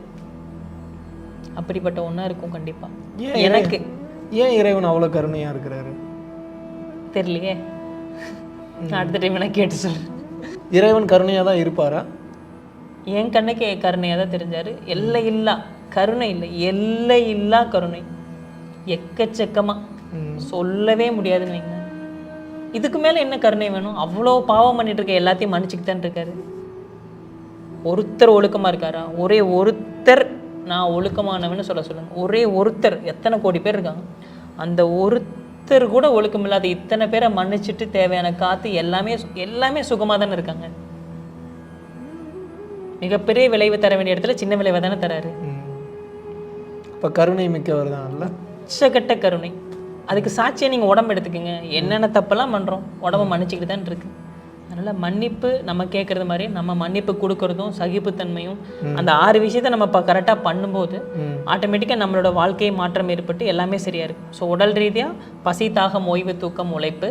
மன ரீதியாக மன்னிப்பு கேட்கறது, நன்றி சொல்கிறது, தப்பு பண்ண பயப்படுறது, மன்னிப்பு கேட்கறது, பாதுகாப்பு கேட்கறது, பிரார்த்தனை மற்றவங்களுக்காக பண்ணுறது, டெய்லி என்னென்ன பண்ணணும்னு சுய பரிசோதனை பண்ணுறது, விழிப்புணர்வாக இருக்கிறது, அடுத்து நன்றி உணர்வோடு இருக்கிறது. எல்லாம் இருக்கும்போது சரியாக இருக்கும். அந்த எல்லையெல்லா கருணை எல்லாத்தினாலையும் உணர முடியும். இப்போ நம்மளும் அப்போ கருணையாக தான் இருக்கணுமா? எங்கிருந்து வந்தோமோ அங்கிருந்து அப்படி தானே இருக்கணும். அப்படிதான் இருந்தோம். ஒரு சில சூழ்நிலைகள் எல்லாத்தையும் மாற்றிடுது. எல்லாருமே கருணை மிக்கவங்க. இங்கே இருக்கிறவங்க யாரை கேட்டிங்கனாலும் எல்லாருமே இப்போ நம்ம எந்தெந்த நல்ல நல்ல தத்துவங்கள்லாம் சொல்கிறோமோ அது எல்லாமே எல்லாத்துக்குள்ளேயுமே இருக்குது. ஆனால் எல்லா சூழ்நிலையும் வெளிப்படுறதில்ல. எல்லாருமே நல்லவங்க தான், அதே சமயம் எல்லாருமே அயோக்கியனுங்க, நான் உட்பட. Including me. நான் உட்பட. நான் ஒருத்தர் கூட இங்கே நல்லவங்களும் கிடையாது, ஒருத்தவங்க கூட கெட்டவங்களும் கிடையாது. சந்தர்ப்ப சூழ்நிலைகள் தான் தீர்மானிக்குது. அதில் கவனமாக இருக்கு. அதில் சரியாக வந்துடும். எந்த அளவுக்கு நம்ம கவனமாக இருக்குமோ அதை பொறுத்து பாஸ் மார்க். அந்த பிரச்சனை வரும்போது நம்ம மற்றவங்களுக்கு நடக்கும்போது நம்ம ஒரு பார்வையாளனாக இருந்து பார்க்குறவன், நமக்கு நடக்கும்போது பார்வையாளர் நடந்து பார்த்து பழகிட்டோம்னா அந்த பிரச்சனை பெருசாக தெரியாது. சும்மா நமக்கு பிடிக்காத ஒருத்தருக்கு அந்த பிரச்சனை நடக்குது, நம்ம வேடிக்கை பார்த்துட்டு விட்டுறோம். அதே இது நமக்கு நடக்கும்போது மட்டும் நமக்கு ஏன் கோவம் வருது? இப்போது இறை பாதையில் பயணிச்சுட்டு இருக்காங்க, துறவரம்லாம் சொல்கிறாங்களே, துறவரம் அவசியமா? இறைநிலை அடையிறதுக்கு துறவரம் போனால் தான் இறைநிலை அடைய முடியுமா? மனதளவில் துறவரமும் உடல் அளவில் இல்லறமும் இருந்துக்கலாம், தவறு இல்லை. அகம் புறம் அப்படின்னு பிரிச்சிடலாம். அகத்தளவில் பெர்ஃபெக்டாக சரணாகதி அதெல்லாம் இருந்துக்கலாம். உடல் அதாவது புறத்தளவில் நம்மளோட செயல்களை செஞ்சுக்க வேண்டிய கடமையில் நம்ம இந்த புற வாழ்க்கையில் இருக்கும். முதல்ல இருக்க வாழ்க்கை வேற, இப்போ இருக்கக்கூடிய வாழ்க்கை வேற. எல்லா இடத்துக்கும் அந்த சூழ்நிலையும் அமையறதில்லை. நம்ம முடிஞ்ச அளவுக்கு கடமைகளை சரியாக செய்யும் போதே நமக்கு இறைவனை ஈஸியாக வேகமாக அவ்வளோ கஷ்டப்பட்டு அவ்வளோ ரிஸ்க் எடுத்து போகிறதுக்கு ஈஸியாக நம்மளோட கடமைகளை சரியாக செஞ்சுக்கிட்டு நமக்குன்னு குழந்தைகள், நமக்குன்ட்டு மனைவி, நமக்குன்னு அம்மா அப்பா, இந்த எல்லாத்தையுமே சரியாக நமக்கான மக்கள், சரியான நம்ம எந்த ஃபீல்டில் போனாலும் எந்த ரூட்டில் போனாலும் அங்கே கவனமாக சரியாக இருந்தால் போதுமானது. அது எந்த ரூட்டுங்கிறது ஒவ்வொருத்தரோட தனிப்பட்ட விருப்பம், அதை நம்ம தலையிட முடியாது. துறவரத்தை பற்றி எனக்கு எதுவும் தெரியாது. நம்ம எதுக்கு பேச. உங்களுக்கு கல்யாணம் ஆயிடுச்சா? கல்யாணம் ஆயிடுச்சு. குழந்தை இருக்காங்க? 2 குழந்தை. 2 குழந்தை. பையன் 1 பொண்ணு? பையன் 1 பொண்ணு. ஃபர்ஸ்ட் பையனா? ஃபர்ஸ்ட் பையன், செகண்ட் பொண்ணு. எப்படி திருமண வாழ்க்கை ஈடுபடணும்னு இறைவனுடைய உத்தரவா, இல்லை உங்களுக்கு முன்னாடியே? நான் கேள்விப்பட்ட வரைக்கும் முன்னாடி திருமணம் வேணான்னு இருந்தீங்க, அப்புறம் திருமணம் பண்ணிக்கிட்டீங்க. ஆமாம். என்ன காரணம்னு தெரிஞ்சுக்கலாமா? இது சரியாக இருக்கும்னு தோணுச்சு, பண்ணிட்டேன். It's good, nice. ஒரு மனிதன் ஏகப்பட்ட தேவைகள் இருக்குது ஒரு மனிதனுக்கு. ஒரு சில பேர் எத்தனை சாமியாரை பார்த்தாலும், எத்தனை கோயிலுக்கு போனாலும், எத்தனை ஜீவசமாதிக்கு போனாலும், எவ்வளோ கேட்டாலும் கிடைக்க மாட்டேங்குது. அதுக்கு என்ன காரணம்? ஏன்னா ஒரு சில பேர் போனோடனே ஃபஸ்ட் டைம் போனோடனே இறைவன் அருள் புரிஞ்சிடுறாரு. ஒரு சில பேர் எத்தனை டைம் போனாலுமே அது கிடைக்க மாட்டேங்குது. என்ன காரணம்? அதுக்கு முன்னாடி அவங்களுக்கு ஞானம்ங்கிறது வெறும் ஒரு 5 செகண்ட்குள்ளே கிடைக்கக்கூடிய விஷயம் தான். சரி. எப்படி நமக்கு மனசுக்குள்ளே வர்றதை எப்படி ஹேண்டில் பண்ணுங்கிற ஒரு விஷயமும், சரி, உடம்பளவில் எப்படி அந்த ஒழுக்கம், நிறைவு, தன் நிறைவுன்னு சொல்கிறது எல்லாமே பெர்ஃபெக்டாக இருக்கிறத நம்ம இது பண்ணிக்கிறதே ஞானமாக தான் நான் பார்க்குறேன். அதேமாதிரி ஒவ்வொரு இடத்துலையுமே வந்து நம்ம எங்கே வந்து உச்சக்கட்ட கவனமாக இருக்கிறாங்க. நானும் தான் எக்கச்சக்கமான கோயில், எக்கச்சக்கமான ஜீவசமாதி எல்லாம் என்னென்னமோ பயிற்சி, அதெல்லாம் ஜீவசமாதி போயிருப்பீங்க இது வரைக்கும் அப்ராக்சிமேட்? கிட்டத்தட்ட ஒரு 1000 பக்கம். அப்படிமா எல்லா பக்கம் போகும்போது கிடைச்சதை விட கல்யாணம் பண்ணதுக்கப்புறம் நிறைய அனுபவம் கிடைச்சிருச்சு, ஞானம் கிடைச்சிருச்சு. அப்படியா? ஆமாம். கல்யாணத்தில் அவ்வளோ வலிமை உண்டா? வலிமை இருக்கிறத நான் பார்க்குறேன். நான் இன்னொருத்தவங்கள சார்ந்தும் இருக்க வேண்டியதாக இருக்குது, நிறைய பேர்த்த சேர்ந்தும் இருக்க வேண்டியதாக இருக்குது. நிறைய விஷயங்கள் நமக்கு கற்றுக் கொடுத்ததா எனக்கு பர்டிகுலர். எனக்கு ஜீவசமாதி நான் தனியாக போவேன், எல்லாமே தனித்தனியாக போய் கிடைக்கிறத விட எனக்கு கல்யாணம் ஏகப்பட்ட அனுபவங்களையும், அவங்களோட மைண்டுன்னு ஒன்று இருக்கும், என்னோட மைண்ட், ரெண்டும் சேர்ந்து கலக்கும்போது அங்கே நம்ம எங்கே விட்டு கொடுக்கறது, எங்கே சண்டை போடுறது, எங்கே மன்னிக்கிறது, எங்கே அவங்க மன்னிக்கிறத நம்ம மன்னிப்பு கேட்கறது, இந்த மாதிரி நிறைய விஷயம். சூப்பர். அற்புதமான இல்லறம் சேரும்போது ஞானப்பாதை இன்னும் சுலபமாகுது, நம்ம புரிஞ்சுக்க முடியுது எல்லாத்தையும். ஓகே. ஒவ்வொருத்தவங்களுக்கும் ஒரு வழி இருக்கும். நான் இந்த வழியை சூஸ் பண்ணிட்டேன். அடுத்து என்னையும் கேட்டுறாதீங்க, சரிங்க மகாவிஷ்ணு நீங்கள் எப்போ கல்யாணம் பண்ண போகிறீங்கன்னு. உங்களுக்கு அடுத்த கேள்வி அதுதான் வரும். நான் அப்போவே பல வீடியோவில் சொல்லிட்டேன், இறைவன்கிட்ட அந்த பொறுப்பை ஒப்படைச்சிட்டேன், அவர் என்ன முடிவு எடுக்கிறாரோ அதை சார்ந்து தான். நீங்கள் ஏன்னா இதெல்லாம் நான் எடிட் பண்ணாமல் போட்டுருவேன், அதனால் மக்கள்கிட்டே சொல்லிடணும். ஓகே, சிறப்பு ப்ரோ, அற்புதமான பதில். இதை தொடர்ந்து அதை தழுவி அடுத்த கேள்வி நான் கேட்கணும் அப்படின்னு நான் விருப்பப்படுறேன். அப்படின்னா ஒரு சில மகான்கள் வந்து பார்த்தீங்க அப்படின்னா, அவங்க கேட்டால் சொல்லுவீங்க, அது அவங்கள தான் கேட்கணுமே, இருந்தாலும் உங்களுக்கு ஏதாவது தெரிஞ்சுக்க முடியுதா? ஏன் கல்யாணத்துக்கு வந்து அவாய்ட் பண்ணுறாங்க? என்ன காரணம் உங்களுக்கு தெரிஞ்ச அளவுக்கு? தெரியலையே, நான் தான் சொல்கிறேன்ல, சின்ன பையன் அடிமுட்டால், எனக்கு ஒன்றும் தெரியாதுன்னு.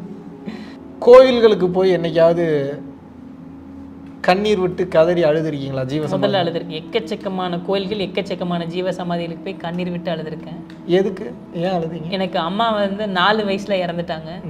ஒவ்வொருத்தவங்களுக்கும் ஒவ்வொரு அம்மா ஊட்டி விடுவாங்க இல்லையா, இந்த மாதிரி நிறைய விஷயங்கள் நடக்கிறது. படத்துலலாம் பார்த்துருப்பீங்களா, அம்மா சென்டிமெண்ட். ஐ எம் பியூர் அம்மா சென்டிமெண்ட் பெல்லோ. அதனால் வந்து இந்த அம்மா சென்டிமெண்ட் வரும்போது எனக்கு மட்டும் ஏன் அம்மா இல்லைங்கிற அந்த ஒரு எக்கச்சக்கமான துக்க உணர்வு வந்து அப்படியே கண்ணீர் விட்டு அழுக ஆரம்பிச்சு, அதுதான் ஒரு எக்ஸ்ட்ரீம் எண்ணில் போய் எங்கேயோ போய் விட்டுருச்சு. இப்போ ராமகிருஷ்ண பரமஹம்சர் அந்த ராமகிருஷ்ண மிஷன் வித்யாலயில் படிக்கும்போது மந்திர தீட்சை வாங்கி இது பண்ணும்போது நான் முதல்ல வந்து எங்கள் அம்மாவை நினச்சி கடவுள்கிட்ட அழுதுட்டு இருந்ததுக்கு பொதுவாக அவர்கிட்ட அழுக ஆரம்பிச்சு, யாரை பார்த்தாலும் ராமகிருஷ்ண பரமஹம்சரை தெரிய ஆரம்பிச்சிட்டாங்க. இந்த மாதிரி எக்கச்சக்கமான டைம் அழுதுருக்கு. அந்த அழுகும்போது அழுதுக்கு அப்புறம் ஒரு நிறைவு வரும், திருப்தி வரும், சுகம் வரும். அதனால அழுகையில ஈஸியாக எல்லாத்தையும் சாதிச்சிடலாம். அழுதாதான் சாதிக்க முடியும், வேற வழியே இல்லை. அழுத பிள்ளைக்கு தான் பால் வச்சிருக்காங்க. சிறப்பு. இறைநிலை அடைகிறதுக்கு பல பேர் பல பாதைகளை வந்து சூஸ் பண்ணுறாங்க. உங்களோட பார்வையில் இறைநிலை அடைவதற்கு மிக சிறந்த பாதைன்னா எதை நினைக்கிறீங்க? யோகம்ன்றாங்க, பக்தின்றாங்க, கருணையோடு இருக்கணுன்றாங்க, ஞானத்தோடு இருக்கணுன்றாங்க, தர்மம் செய்யணுன்றாங்க. நீங்கள் எப்படி? நான் என்ன சொல்ல வரேன்னா, எல்லாத்தையுமே பண்ணுங்க, எது உங்களுக்கு பிடிச்சிருக்கோ, எதில் உங்களுக்கு அதிகமான ஈடுபாடும் கவனமாக வருதோ அதில் பண்ணுங்க. சிறப்பு. அதானே சரியாக இருக்க முடியும். எல்லாத்துக்கும் கற்றுக் கொடுத்தாங்கன்னா எல்லாத்தையுமே கேட்டுக்கிட்டு அதில் எது சரி சிறந்ததோ அதை பண்ணுறது ஈஸி, பிடிச்சது, கவனம் அதிகமாக வைக்க வேண்டியது. ஓகே. தர்மத்துக்கு ஏன் அவ்வளோ வலிமை? ஏன் எந்த சித்தர்கள் வந்தாலும், எந்த மகான்கள் வந்தாலும் தர்மம்னா அவ்வளோ பாசிட்டிவாக பேச, தர்மத்தை விட உயர்ந்தது எதுவும்? கடவுள்னா வலிமை இருக்கா இல்லையா? 100%. அப்போ தர்மம் பண்ணீங்கன்னா தர்மம் வாங்குறவங்களுக்கு நீங்கள் யார்? கடவுள் தான். அவ்வளோதான் வலிமை. அப்போ தர்மம் என்றால் தர்மம் செய்பவன் கடவுள். தர்மம் செய்வன் கடவுளாகத்தான் இருக்க முடியும் இல்லையா? எதிர்பார்ப்பு இல்லாமல் செய்யறதுக்கு பேர் தானே தர்மம். இப்போ இறைவன் தான் எதிர்பார்ப்பு இல்லாமல் செய்ய முடியும். அந்த வேலையை நீங்கள் செய்யும் போது அவரோட காப்பி ஆகுறீங்க, நீங்கள் இறைவன் ஆகுறீங்க. அதனால தர்மத்துக்கு அவ்வளோ வலிமை உண்டு அப்படின்னு நான் பார்க்குறேன். இப்போ நீங்கள் கேட்கணுன்னே உள்ளுக்குள்ளே தோணுன்னா நான் சொல்கிறேன். மிகச்சிறப்பு. எனக்கு ஏதோ ஒரு அட்வைஸ் பண்ணுறதுன்னு என்ன பண்ணுவீங்க? வாழ்க்கையில் நான் ஏதாவது உருப்படணும், ஏதாவது நல்ல நிலைக்கு போகணும்னா? சிரிக்காதீங்க ப்ரோ, சொல்லுங்கள். கேள்வி கேட்டால் பதில் சொல்லுங்கள். அடிப்படையில் சுவர் இருந்தால் தானே சித்திரம். ஆமாம். நீங்கள் நிறைய ஆன்மீகம்லாம் சொல்லி கொடுக்கும்போது உடம்பை பற்றியும் சொல்லி கொடுத்துட்டீங்க அப்படின்னா சுவர் உடம்பு சரியாக இருக்கும்போது ஆன்மீக பற்றியில் வேகமாக முன்னேறி போக முடியும். அதை நான் உணர்ந்திருக்கேன், எக்கச்சக்கமான பேர் உணர்ந்திருக்காங்க. அதனால் இப்போ நீங்கள் படத்துலலாம் பார்த்தீங்கன்னா அந்த நிறைய பயங்கரமான ஆன்மீக மகான்கள்லாம் எப்படி காமிச்சிருப்பாங்க. இப்போ ஆஞ்சநேயர் அவரோட படம் பார்த்துருக்கீங்க, அவர் எப்படி காமிப்பாங்க? பலசாலியாக காட்டுவாங்க. ராவணன் அவரும் பலமாக தான் காட்டுறாங்க. ஏன் பலமாக காமிக்கிறாங்க நிறைய பேரை? தெரியலையே. ஏன்னா உடல் பலமாக இருக்கிறவங்களோட உடலும் மனசும் வேற வேற கிடையாது. கண்ணுக்கு தெரிகிற மனசு தான் உடம்பு, கண்ணுக்கு தெரியாத உடம்பு தான் மனசு. கன்ஃபியூஸ் பண்ணுற மாதிரி கரெக்டாக தான் இருக்கு. அதனால உடம்பையும் நலமா இருக்கிறது ஒரு ஸ்டைல், நலத்துக்கு அப்புறம் பலமா இருக்க வேண்டியது அவசியம். நலமும் பலமும் ஆகும்போது ஆட்டோமேட்டிக்காக ஆன்மீக பாதையில வேகமா போயிட முடியும். எல்லா பாதையிலுமே வேகமா போக முடியும்.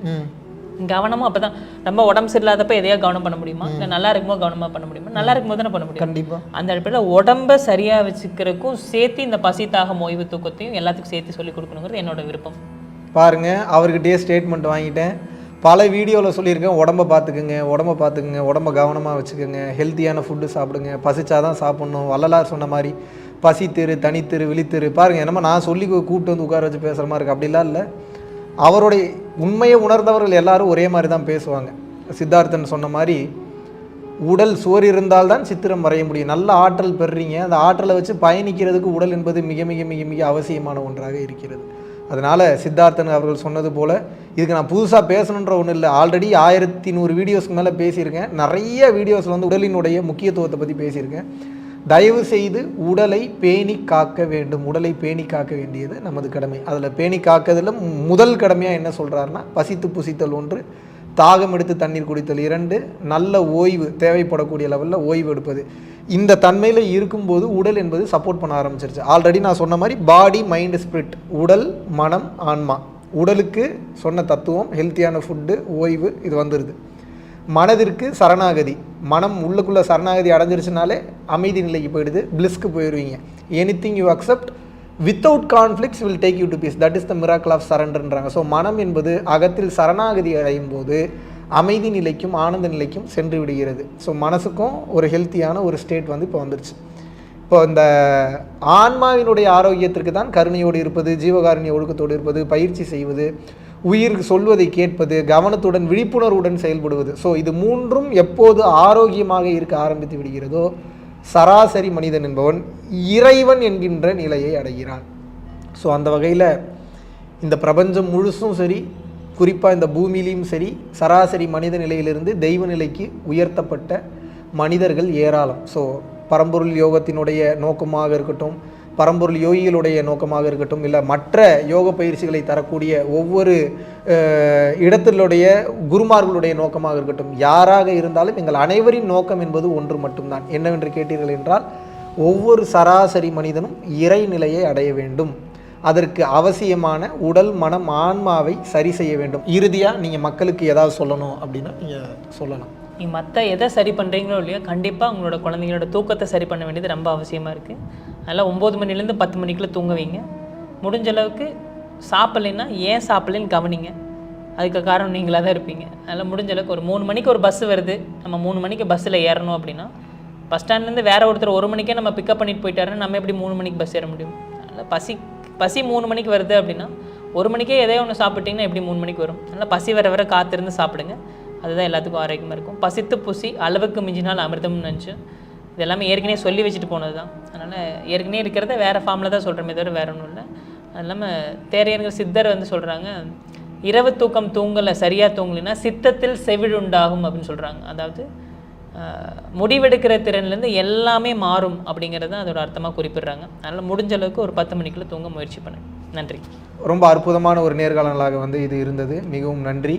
பல பேர் என்கிட்ட வந்து கேட்குறீங்க, நீங்கள் ஹீல் பண்ணுவீங்களா? நான் முழுக்க உபதேசம் ஞானம் சார்ந்ததே போனதுனால ஹீலிங் தெரியாதுன்னு கிடையாது. ஹீலிங்கில் நான் அதிகமாக இன்ட்ரெஸ்ட் இல்லை, அதுக்குள்ளே நான் டீட்டெயில்டாக வரல. அதுக்காகவே படைக்கப்பட்ட அந்த வேலையை மிகச்சிறப்பாக, மிக அற்புதமாக, டெடிக்கேட்டடாக பண்ணிகிட்டு இருக்கிறார் சித்தார்த்தன் அவர்கள். ஸோ அவர்களுடைய கிளினிக் பற்றிய தகவல்களை வந்து கீழே டெஸ்கிரிப்ஷன்லேயும் கமெண்ட்லேயும் நான் கொடுக்க சொல்கிறேன். ஸோ உங்களுக்கு உடல் ரீதியாக பிரச்சனைகள் இருக்கும்போது நீங்கள் தாராளமாக நேரடியாக வந்து இவருடைய கிளினிக்கு சென்று உங்களது பிரச்சனைகளை சரி செய்து கொள்ளலாம். எந்த விதமான உடல் பிரச்சனையாக இருந்தாலும் சரி செய்வதற்கு தயார் நிலையில் உள்ளார். பட் இவரை பிடிக்கிறது கொஞ்சம் வெயிட் பண்ணி தான் பார்க்கணும். ஸோ அவ்வளோ கூட்டமாக இருக்கும். ஸோ விருப்பம் உள்ள நபர்கள் நேரடியாக வந்து உங்களது உடல் பிரச்சனைகளை தாராளமாக சரி செய்து கொள்ளலாம். மிக அற்புதமான விழிப்புணர்வை மருத்துவ ரீதியாகவும் சரி, உலகியல் ரீதியாகவும் சரி, இந்த அருளுலக ரீதியாகவும் சரி மிக அற்புதமாக, மிகவும் அருமையாக, இவ்வளோ பொறுமையுடன், கொஞ்சம் குதர்க்கமாக அப்பப்போ இடையில பூந்து கேள்வி கேட்டாலும் பொறுமையோடு பதிலளித்த சித்தார்த்தன் அவர்களுக்கு என்னுடைய மனமார்ந்த நன்றியை வந்து தெரிவித்துக் கொள்கிறேன். இந்த அற்புதமான வாய்ப்பை வழங்கிய இந்த பிரபஞ்சத்திற்கும் குருமார்களுக்கும் இறைவனுக்கும் நன்றி கூறி விடைபெறுகிறோம். நன்றி, வணக்கம்.